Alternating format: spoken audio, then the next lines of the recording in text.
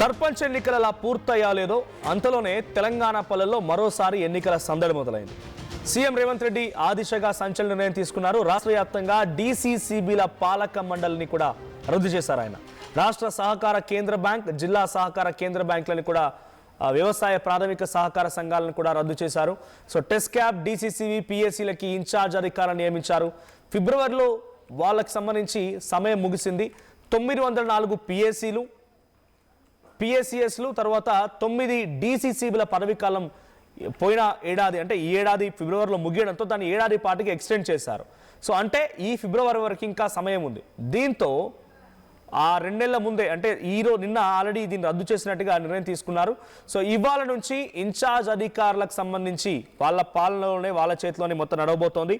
So రాష్ట్ర సహకార bank, తెలంగాణలోని 9 జిల్లాల సహకార కేంద్ర బ్యాంకులు, 908 ప్రాథమిక వ్యవసాయ సహకార సొసైటీలు అంటే పిఎస్సిఎస్లు ప్రస్తుత పాలక వర్గాలు రద్దు చేస్తున్నట్టుగా అధికారిక పర్సన్ని దానికి ఇన్ఛార్జ్గా నియమిస్తున్నట్టుగా రాష్ట్ర ప్రభుత్వం శుక్రవారం ఉత్తర్వులు జారీ చేసింది. సో నెలల పాటుగా మళ్ళీ ఎన్నికలు నిర్వహించేందుకు వీలుగా తదుపరి ఉత్తర్వులు కూడా జారీ చేసేందుకు అవకాశం కనబడుతోంది. సో ఇక రాష్ట్రంలోని టెస్ట్ క్యాప్, డీసీసీబీలు, పిఎస్సిఎస్లకు సంబంధించి పాలక వర్గాలు మొత్తం కూడా రద్దయిపోయాయి. సో ఫిబ్రవరి 14న వాళ్ళ పదవీకాలం ముగుస్తోంది. గత ఫిబ్రవరి 14లోనే వాళ్ళ పదవీకాలం ముగిసినప్పటికీ ఏడాది పాలంగా ఎక్స్టెండ్ చేశారు. ఆ తర్వాత వాటినే ఇన్ఛార్జ్లకు సంబంధించి ఈ రోజు నుంచే వాటిని ఇన్ఛార్జ్లకు సంబంధించి ఇవ్వనున్నారు. ఆ గడువు ముగిసిన తర్వాత ఆగస్టు 14 వాటికి నిరవధికంగా పొడిగింపు ఇచ్చేందుకు ఆ సమయంలో అభియోగాలన్నీ కూడా కొన్నింటి పక్కన పెట్టి వాటిని ఇవ్వడం జరిగింది. సో ఇప్పుడు జరిగేటువంటి ఈ అధికారిక ఇన్ఛార్జ్లకు సంబంధించి కూడా సేమ్ బాధ్యతలు ఉంటాయి.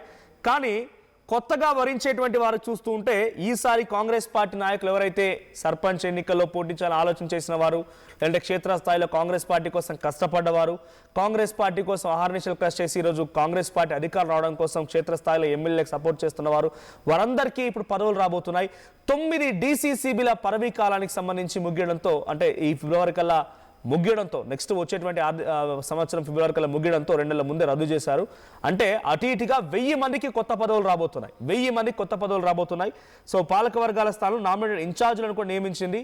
సో ఆయా పాలక వర్గాల న్యాయస్థానాన్ని ఆశ్రయించగా వాటిని కొనసాగించేందుకు అనుమతి కూడా ఇచ్చారట.